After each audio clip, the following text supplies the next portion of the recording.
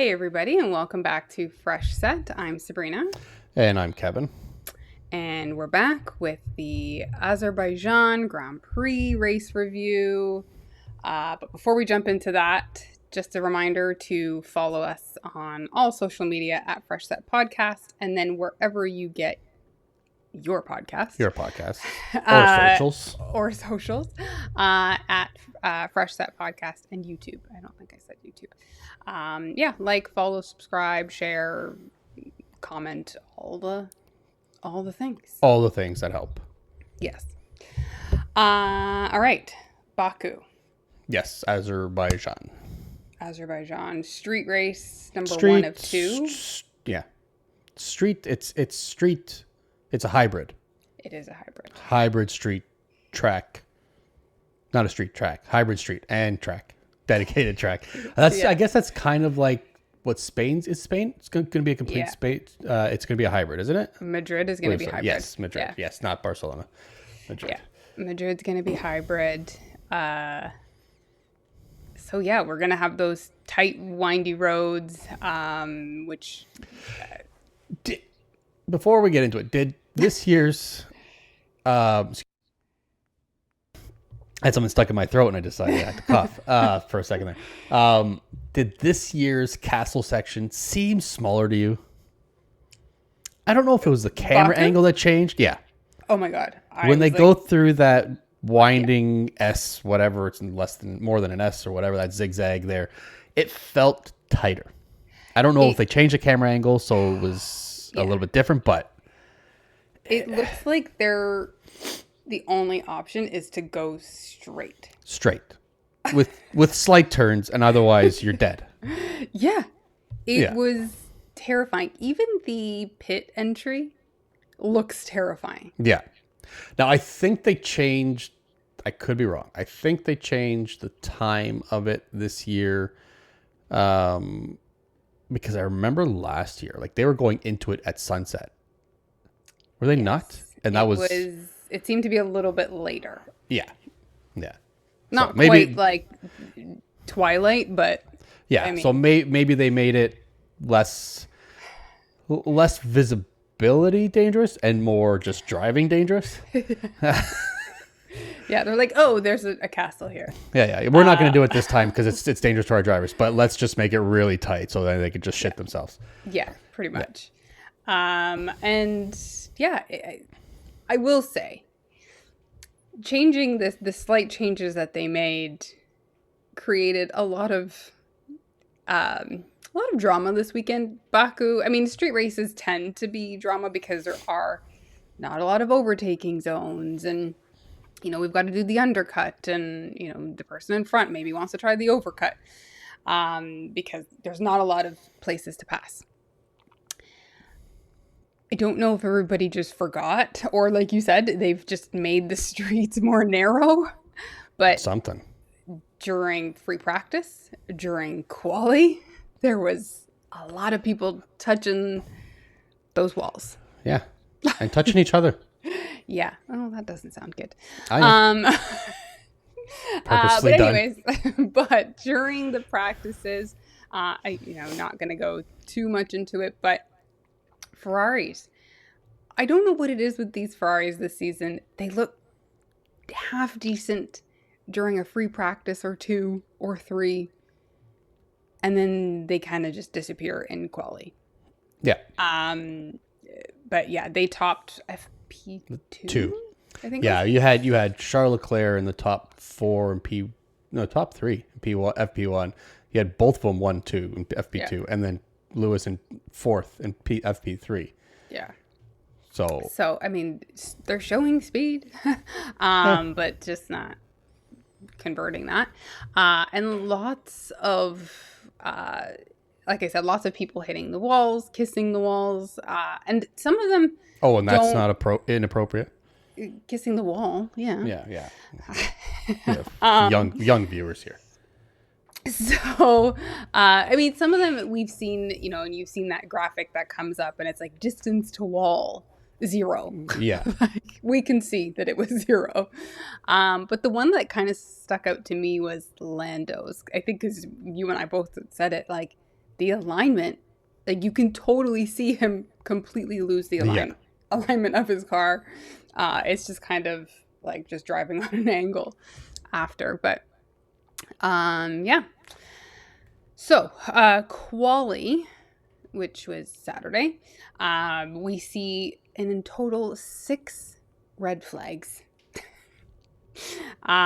which is insane. We had rain, which it doesn't often rain in Azerbaijan, but well, you're in the desert.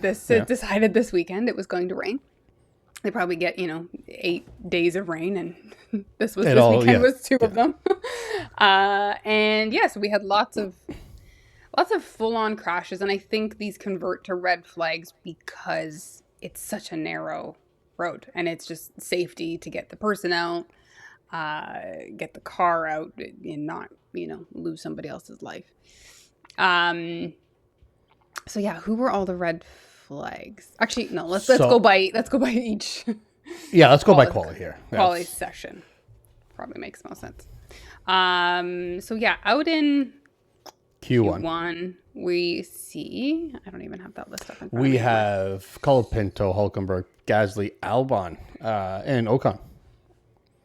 Yeah, out in Q1. Q1, yeah, and then we have you said, because I was in and out a little bit during quali, but Ocon started.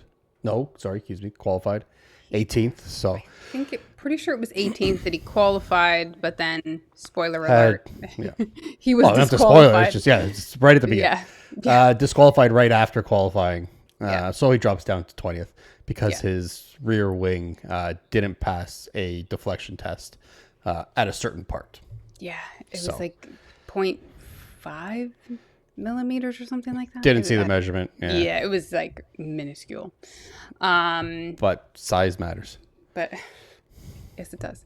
Q2, I'm going to try and make as many of these jokes as I can. Yeah, apparently you're already in vacation mode. Yeah. So Q2, we have.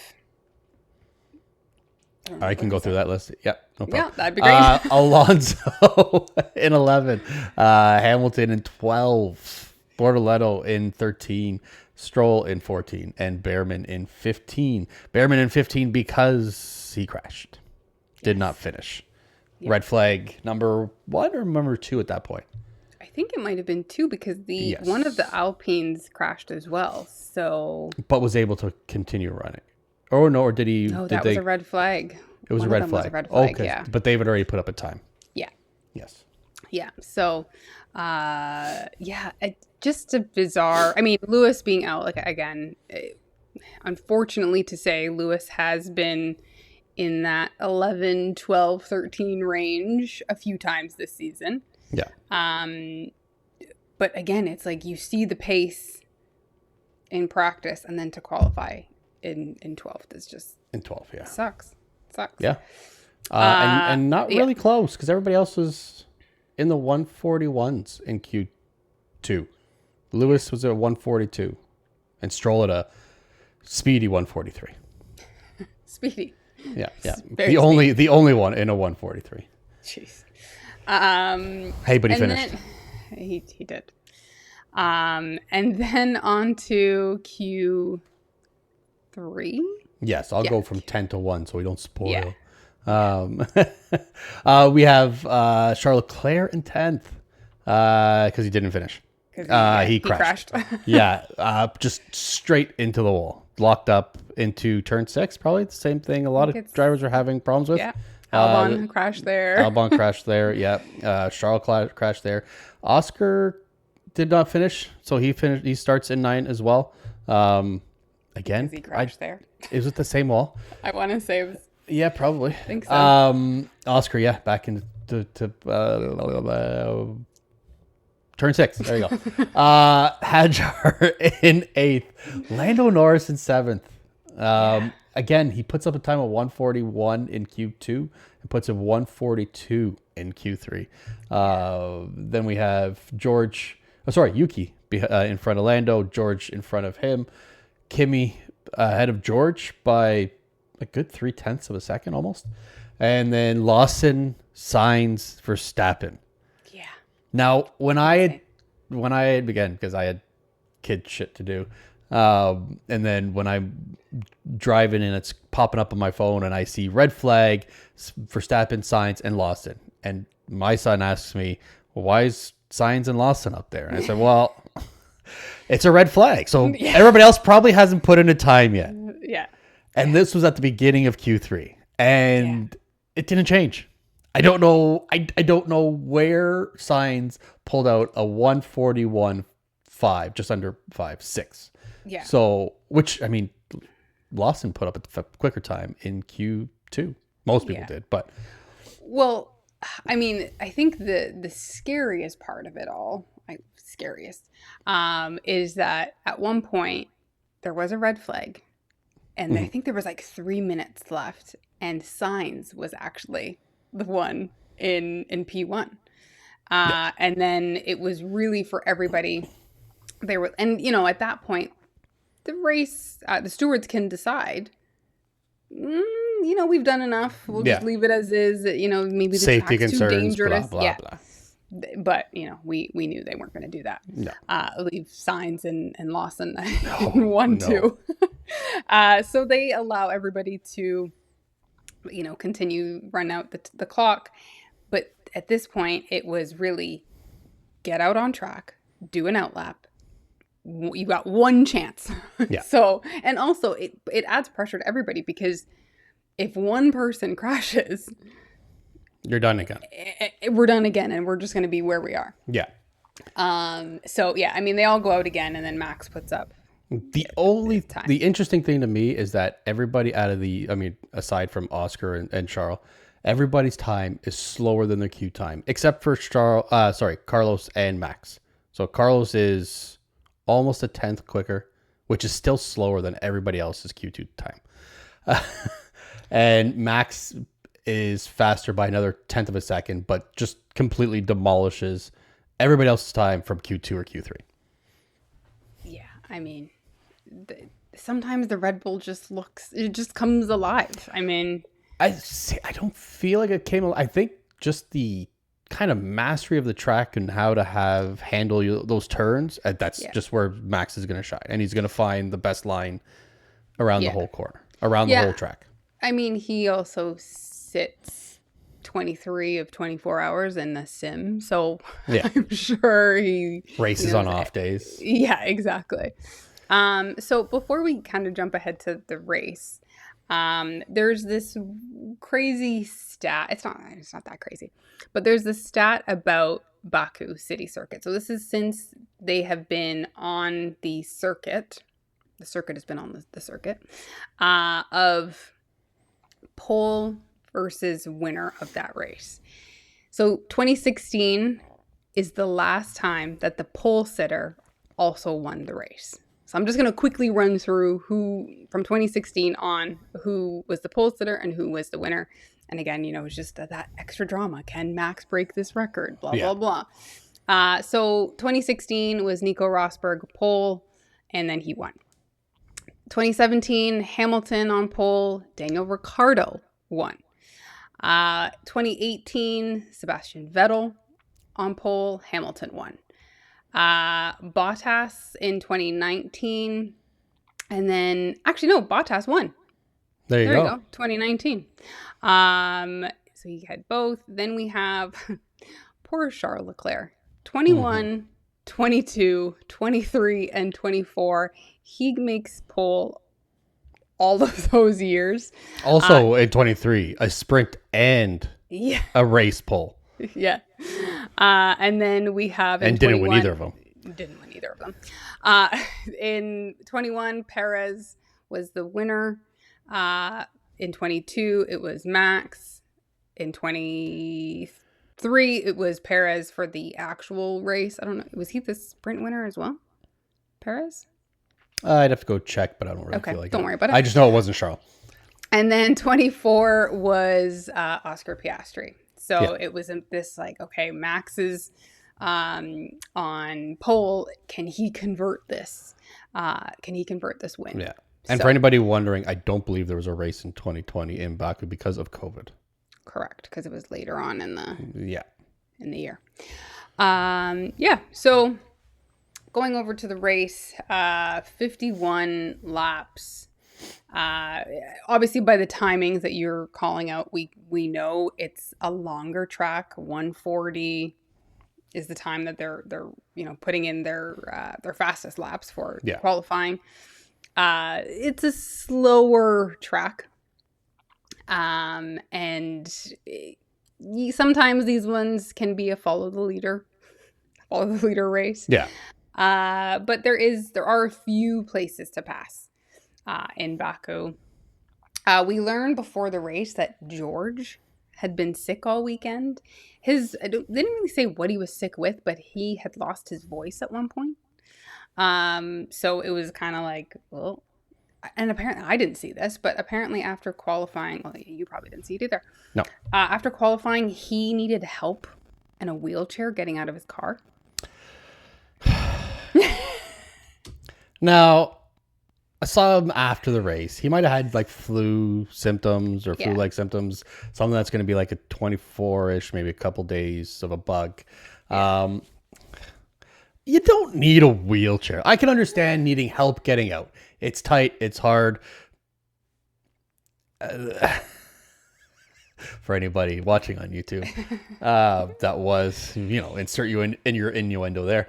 Oh, God. It's not. I didn't mean to, and then it just worked out perfectly. But anyways, it's hard to get out of those seats. Yeah. And then I get it. You're weak. You're sick. You're not feeling well. I can see you needing help getting out. Do you really need a wheelchair? I mean, do your legs not work? Obviously, they work to hit pedals. I guess what happened was they brought the wheelchair over and they were like, oh, he has to go into it now. Like we've got to get him out. It was like more dramatic than it needed to be. No, he doesn't have to go into it. How many times have we seen a sports figure, a player or whatever, they bring out a stretcher, or they bring out, like on football, some of them, they bring out the cart. And how many times have you seen like, no, he wants to get off on under his own power, even if it's just for pride. Yeah. You didn't need it. He didn't need it. He didn't need it. I'm gonna tell you right now, he didn't need it. Maybe he shit his pants and didn't want people to see. Well, last thing you do when you shit your pants is sit back down in it. Yeah, but if he stands up, you're gonna see. Shit his pants. I would rather it trail down my leg and out my suit. Not gonna sit back down in my own shit. Anyways, we digress.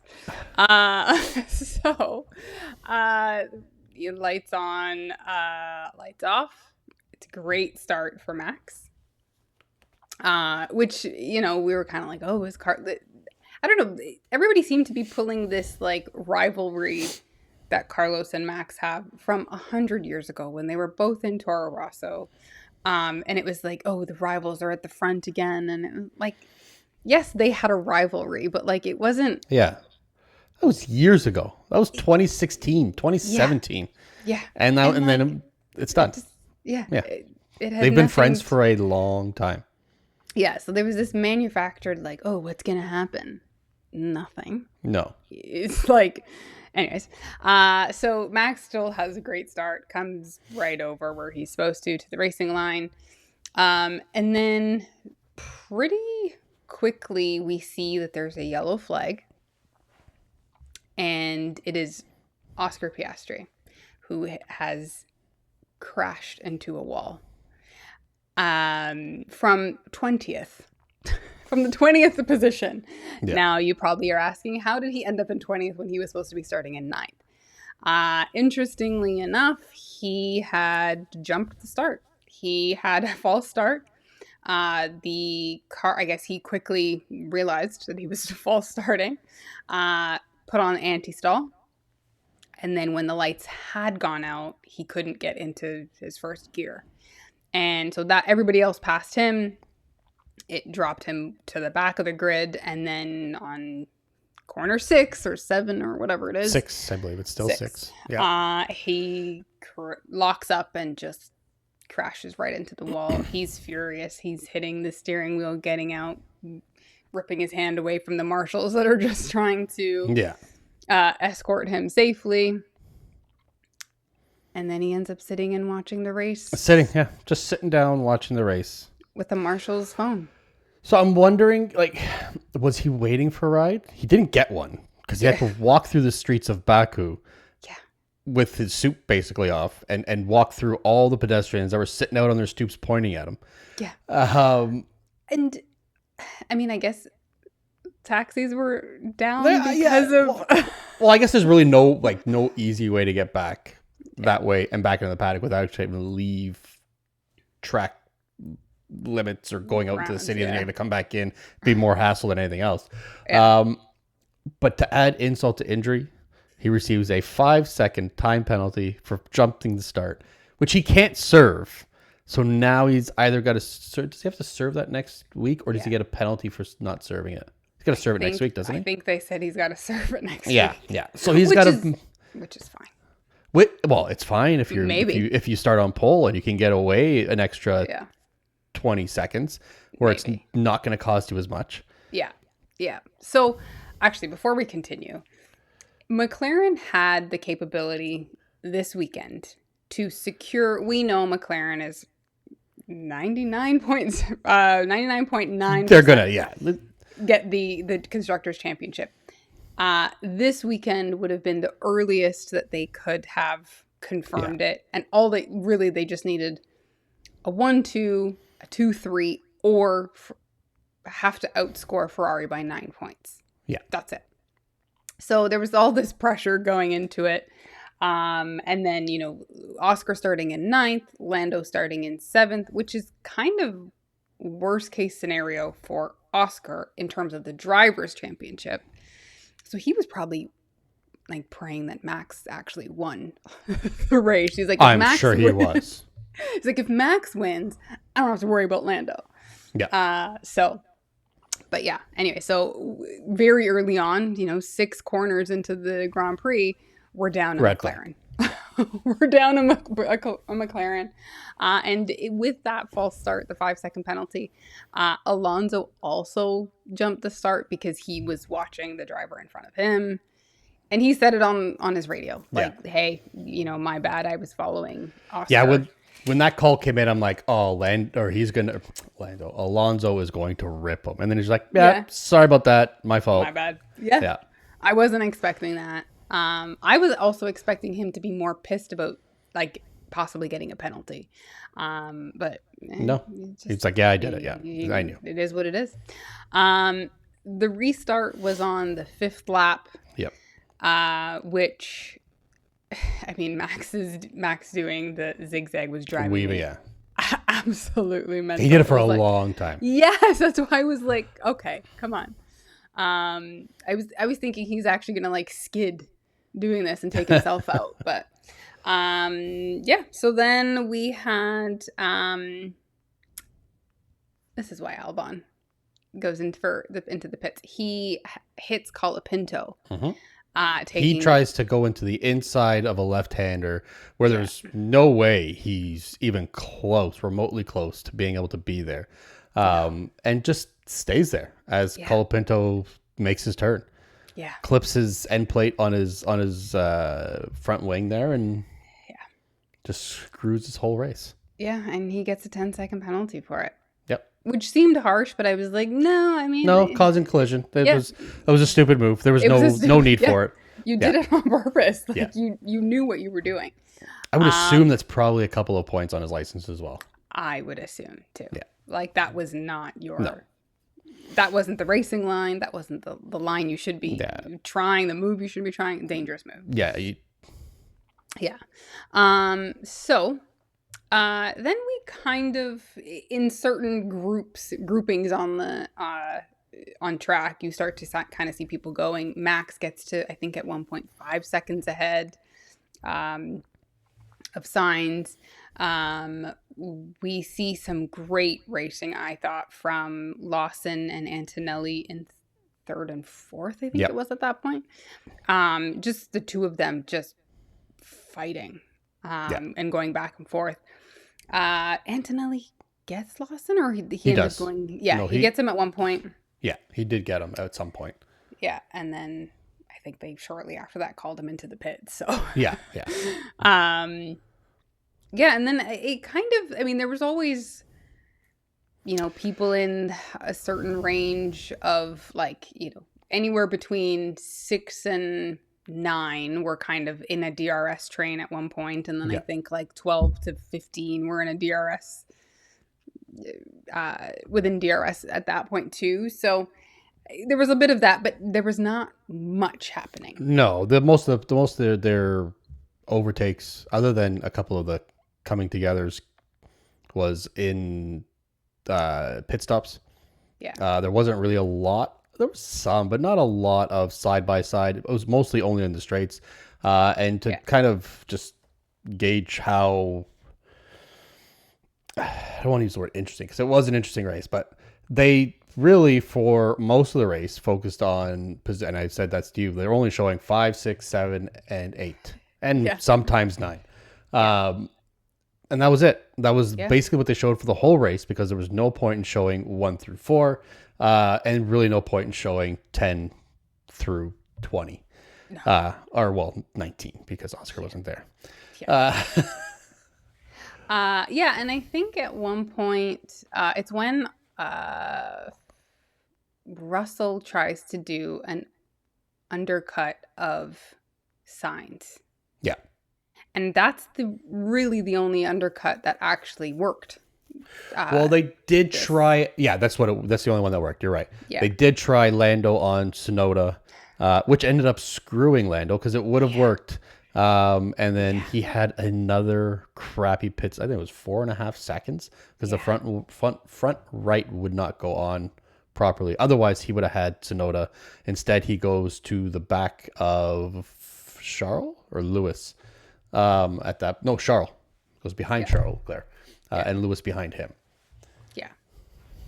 And I mean, he's got to be kicking himself at that point, because it's like Lando could do it on his own. All he has to do is outscore by 9 points. He has to outscore the Ferraris by 9 points. So if he gets third, if he gets second and the Ferraris stay where they are, good, we're done. And then you get to say, I'm the one that brought McLaren to the constructors. But so spoiler alert, he finishes.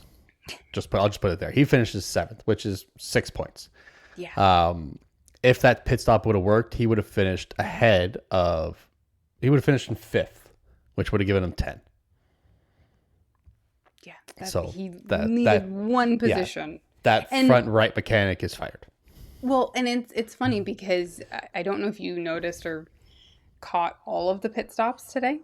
They were all under 2.5. Oh yeah, Tsunoda was at Except 2.2, Max was at 2.4. Everybody was 2.5 seconds. Everybody was great. Except for Lando at 4.2 or something like that. Something.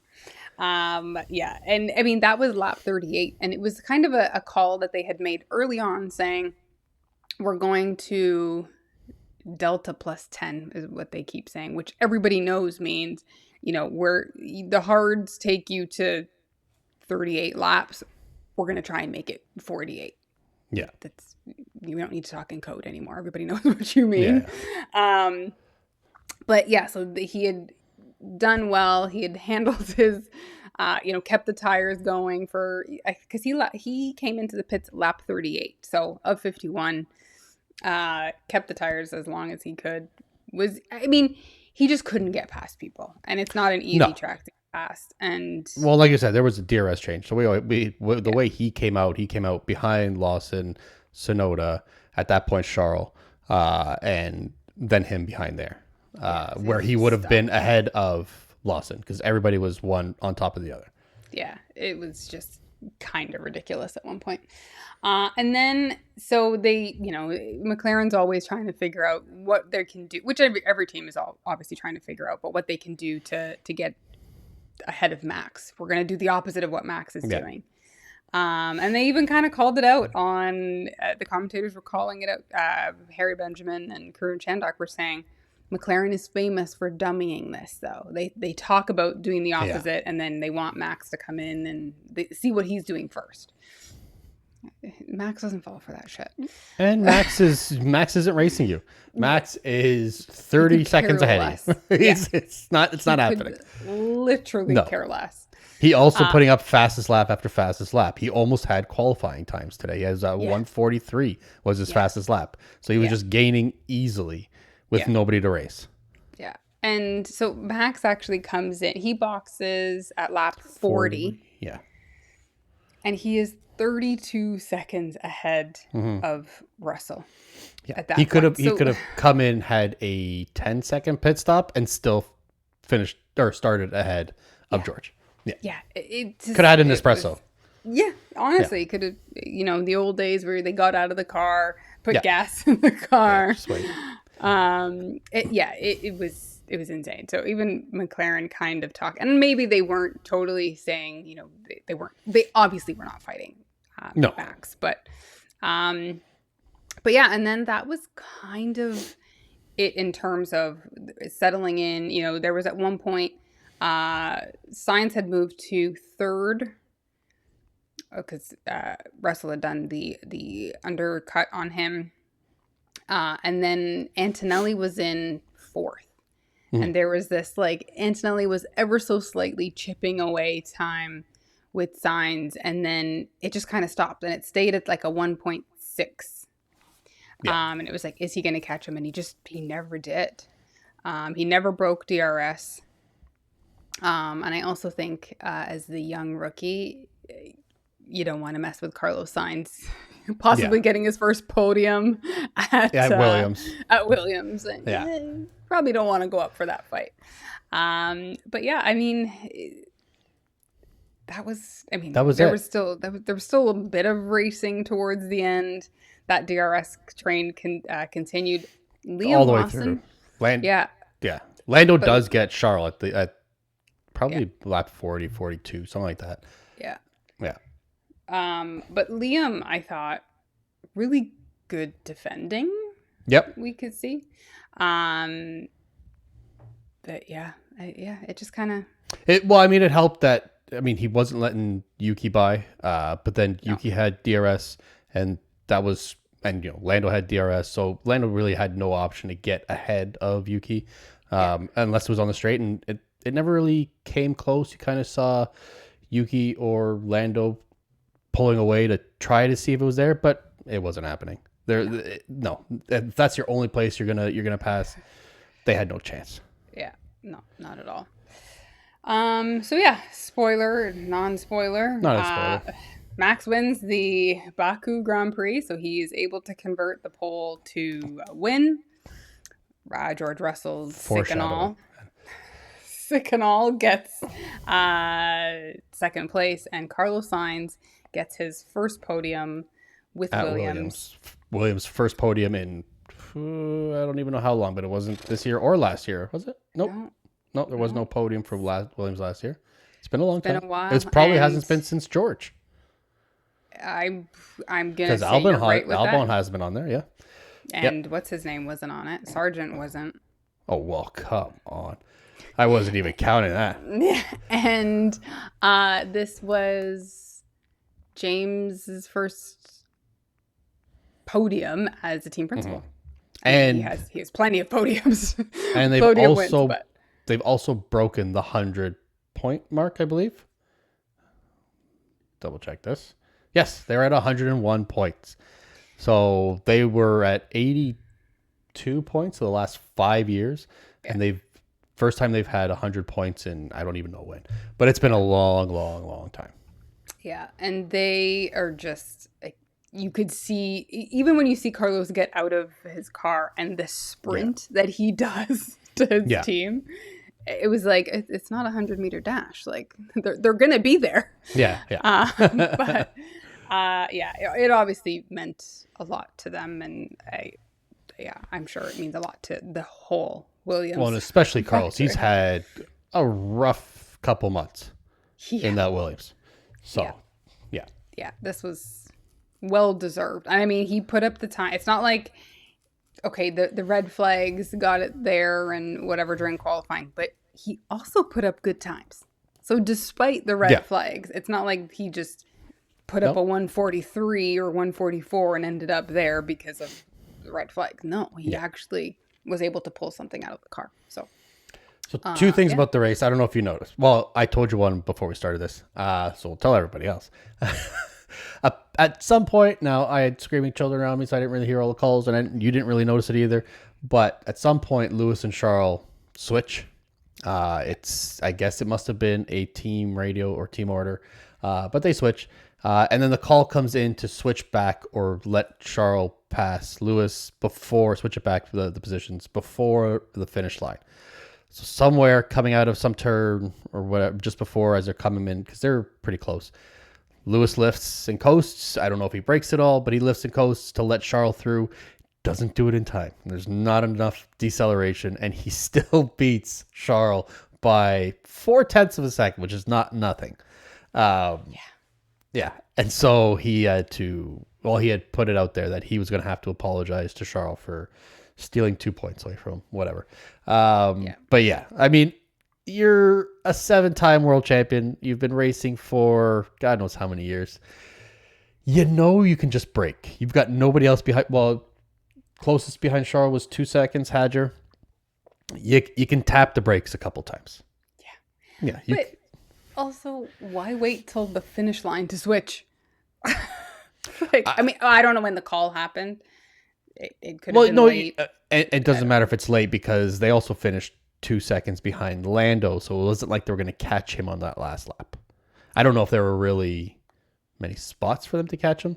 He finished 2 seconds behind Lando because he was probably closer because he did have to stop or slow down. Yeah, fair. But who knows? I'm sure they could have done it the lap before. Yeah. But yeah, he was they didn't. like, "Oh, sorry. Oh, sorry. Yeah, I didn't stop. I'm not used to giving up places to my teammate. Yeah, honestly. Okay, what was the other one? The other one, I don't know if you noticed in the cool down room. Did you watch the cool down room? I did, but okay. I don't know if I was paying attention to all of it. So I wasn't really paying attention to a lot of it, but I did catch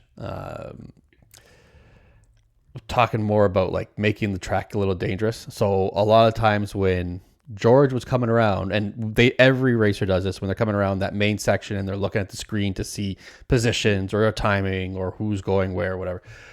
That'll also show up red flags, yellow flags, blue flags, or whatever, or something like that, right? They'll have some conditions for the track.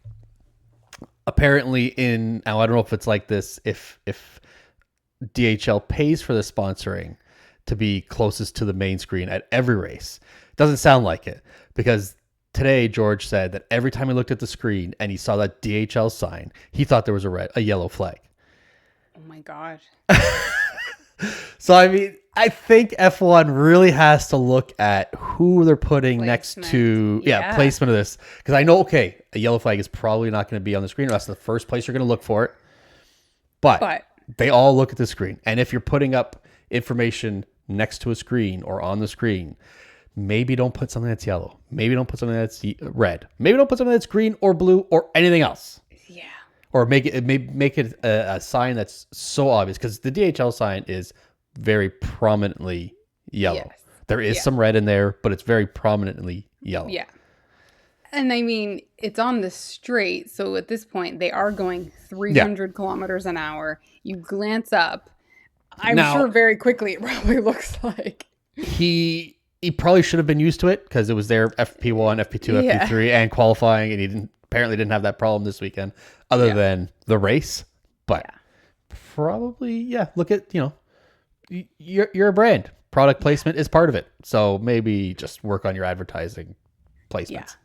Yeah. Kind of a little dangerous, I would say. Well, if he got somebody right behind him and he starts to lift because he sees it at first, and somebody goes right into the back of him on the main straight.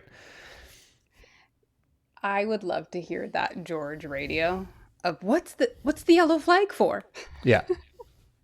Or something happens and then he takes that in the driver's meeting and says it's your fault because Gosh. So a little bit of news do we have? I do have a couple things. So I don't care about that other one. Actually, I don't even really have a couple. Max did get the Grand Slam today.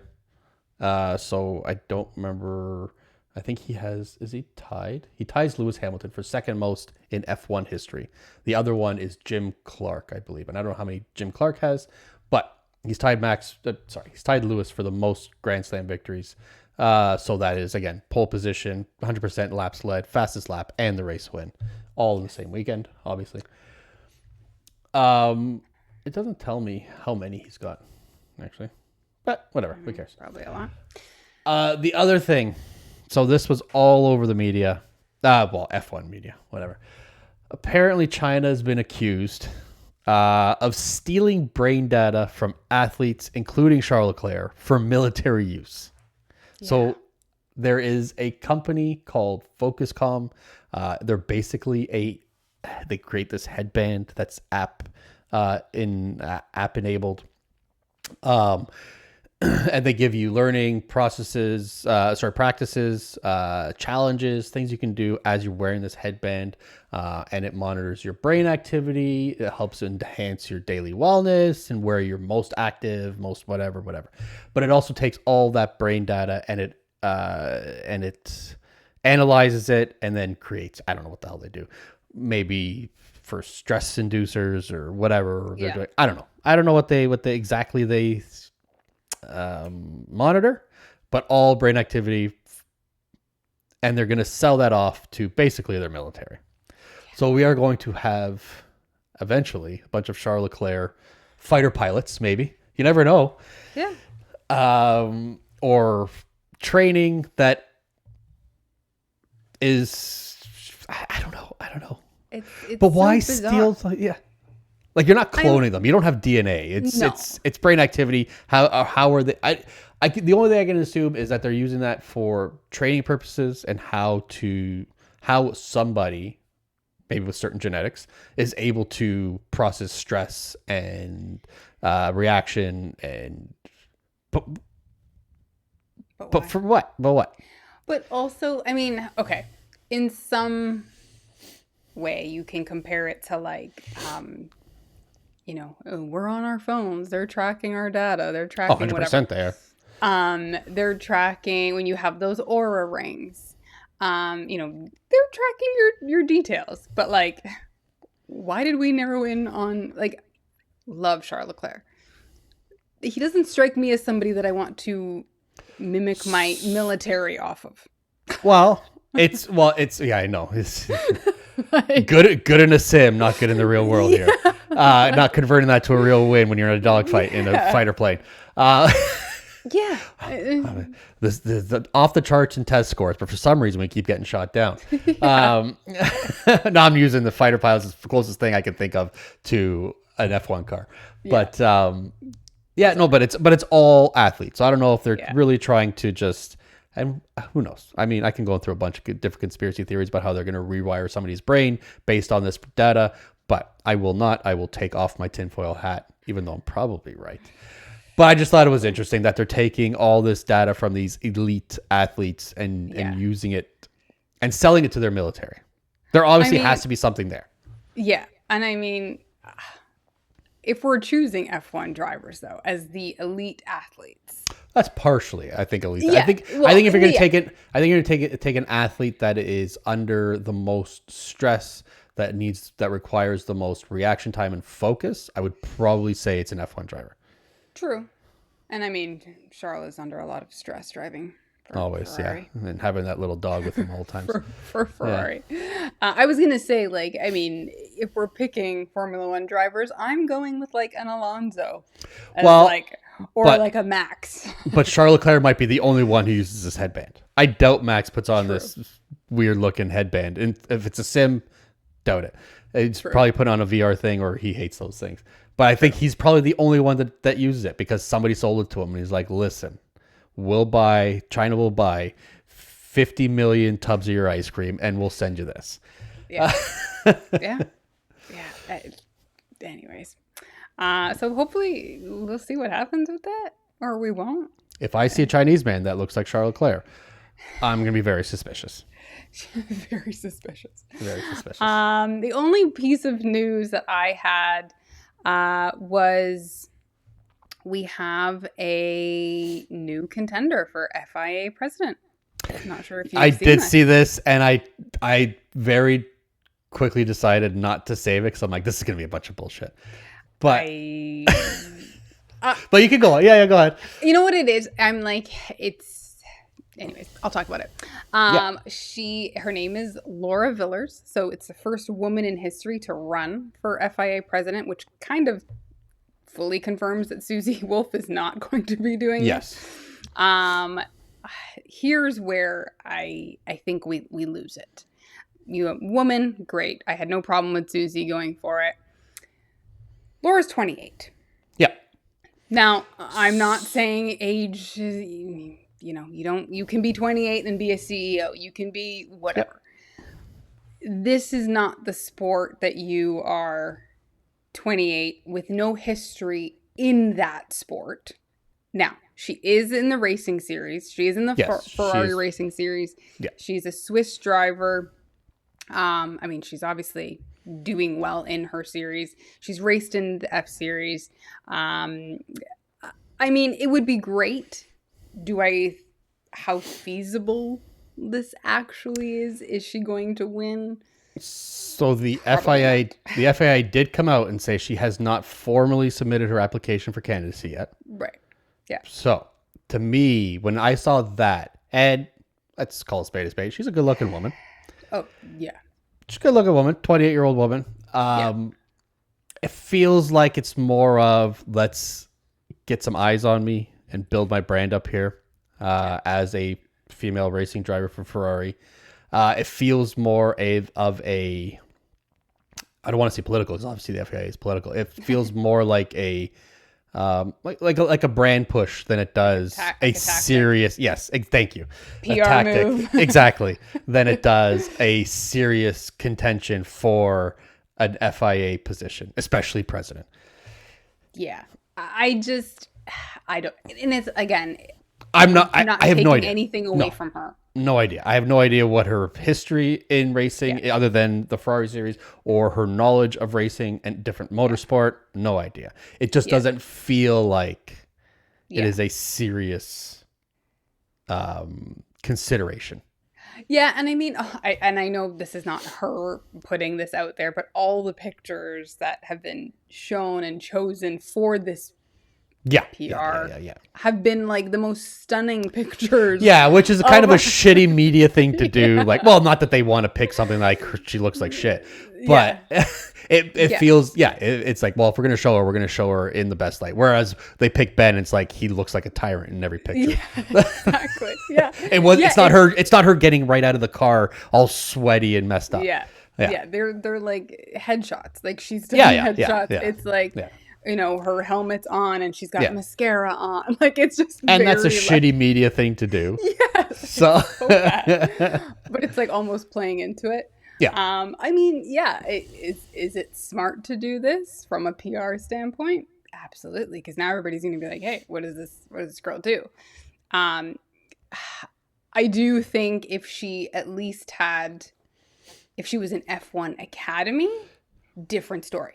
I think it would be completely, more, and we never looked it up. Who does the voting? Like who's all a part of this? Yeah. But yeah, it's a name. It's there. We don't know how real it is or if it is a stunt. I wouldn't necessarily like. So if I were to look at the three candidates that we have right now, she would not get my vote. And now it's not because she's a woman. It sounds like that. No, it has nothing to do with that. Because if Susie Wolf was there, I would have voted for Susie Wolf. Yeah. It's, I don't even wouldn't pick a current driver. Somebody who has a lot of recency bias. Maybe you have things, okay, you want to change. Great. But it would be somebody who has experience in a director or some kind of a position like this where they understand what decisions and processes have to be put in place so you can make change or propose different things or or communication with other drivers and establishments or programs, different racing series and all those relationships you need to deal with these principals and presidents and CEOs and all this other stuff. There's more than just understanding racing to being, it's politics essentially. it's And its so I would, own version of politics. yeah. So I would much rather have somebody like even Ben or I can't remember the Christian guys. Horner. Yes, yeah, or even I mean, he's not in the ring, but no, the one who's I can't remember his name now. The guy who was ousted as F1 steward. I can't remember his name at the moment. yeah. Who is actually running. Yeah. Or somebody like Susie Wolf who understands the business side and the political side of it all. Yeah.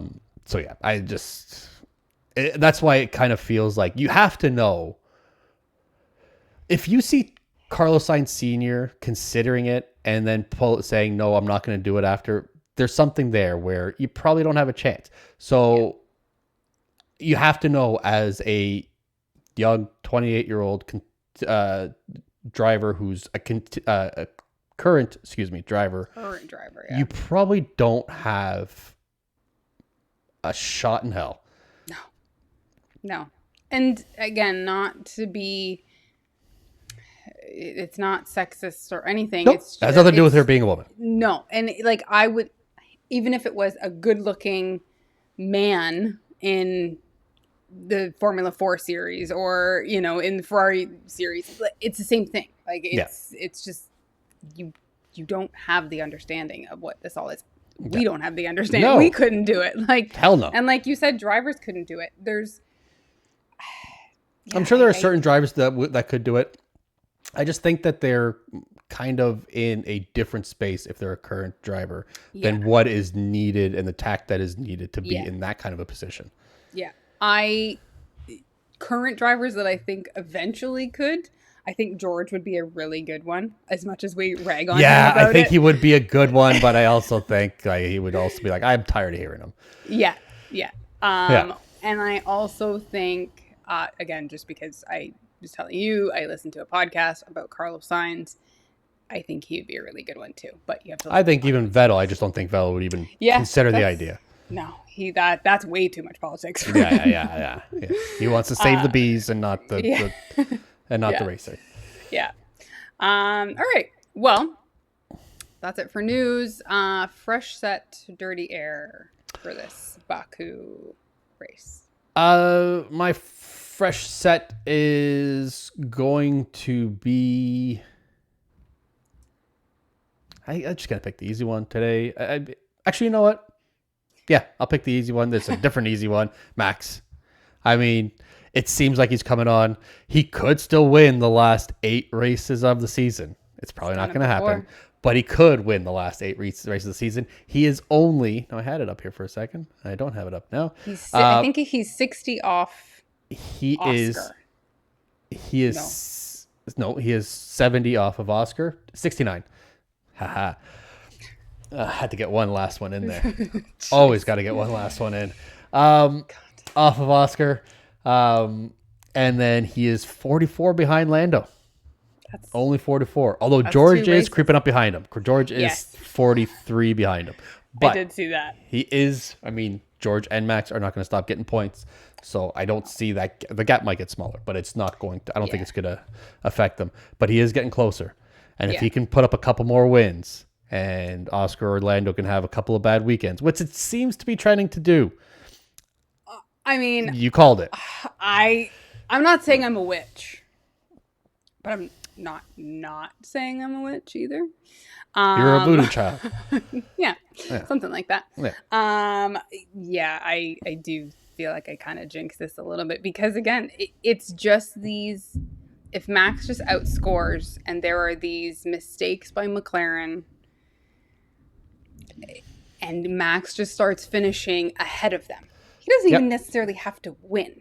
He would only 8 races left. He would have to beat them considerably, at least a couple of races to make it close. Yeah, to get to Oscar. But if Lando has a DNF and Max wins that race, and Oscar's gets second, let's say, Lando's in danger. Of losing that second position. But so and I don't think you jinxed it. I think you just made it interesting. Yeah. My fresh set is I'm gonna go the other easy one. Carlos Sainz getting the podium, but I also and that's why I switched it at the last because I knew you were going that way. Oh jeez. Uh, James. Like, James looked like he just had his newborn baby. Like, he was Oh, it so probably felt better than excited. that, I'm sure. Yeah, Yeah. like You can he admit it, was James. so Yeah. excited and so happy. And again, but I think for Carlos, Carlos has been on a podium before. Yeah. But it just shows like he has this talent that he goes to Renault when they were struggling for podiums, gets podium. He was at McLaren struggling to get podium, gets a Yeah. podium. Goes to Ferrari, first driver to beat Max in 18 months or whatever. So And first podium before Lewis gets one. yeah, And so, in a Williams. yeah. So I mean, I think overall, just and we've kind of started to see this like Williams coming, heading back, trending back up, and I think this is a big, big one for them. Yeah. Yeah. So the Williams era is on its way back. So yeah, dirty air. Dirty air. Dirty air. I'm going to go with the other Williams teammate. I mean, he had a horrible weekend. And then he puts himself in a shitty position just to try and make up a place that he had no business taking. Yeah. He bad decisions. He was nowhere to be found. He had, like I said, he had no business making certain moves. It's just felt like he just brought the team, like, thank God for the third place from Carlos, because it felt like he brought the team down. Yeah. It was This bad weekend. to worse for Albon. Which is terrible because I love Albon and I like Yeah. seeing him succeed, and he has done great things this year. It's just this was a weekend to forget. Yeah, totally. For a few, For a few few reasons, drivers. Yeah. My dirty air. I'm gonna go with Oscar. I think they said this is Oscar's first at fault mistake since the first race, Melbourne. So it's a long time. And he crashed twice this weekend. Yeah. So that's Like, twice. give your mechanics a break. Yeah. But the other one was, I just thought, what a weekend for Crofty to not be there, who is on his honeymoon a year later after his wedding. I was going to say, wait. But just all the things that happened, I feel like he would have had a field day of reporting. We really missed his voice and all this shit that happened. Yeah, and he would just be kind of like, what is going on? Like, why are we having all these red flags? And so I just thought, what a weekend for him to be away. Kind of a dirty air. But yeah, I mean, everything's just being made a little bit more interesting. And we have left to go of these 7 races. Excuse me, I said 8. It's 7 races. Singapore, which is a tight street track, thunder. Brazil, which is always interesting, especially you never know when it's going to rain. Las Vegas, which is still a pretty dangerous track in some spots, especially when we got that long straight where there's lots of passing and a lot of things could happen. So yeah, we got 3 races that are going to be, I think, are going to be really interesting. Yeah, it's going to be a finisher of seasons. Yeah. That'll be very interesting, especially I think we're going into some of Max's favorite tracks. Yeah. And 2 sprint races left. Yeah. Brazil and Qatar? Yeah. Yeah. Or maybe Singapore. No, Singapore's next year. We went through this already. Okay. Yeah. Okay. Brazil and Qatar, yes. Yeah. So we've got some tracks that Max does really, really well at, and historically, it's a different car, but historically the McLarens haven't been the greatest at. But again, different car. And again, 3. We also have Coda. Sorry. Oh, yeah. So, but yeah, next race is Singapore in 2 weeks. We will be back next week, though, with another episode. So we will see you guys then. Grab a fresh set. Bye.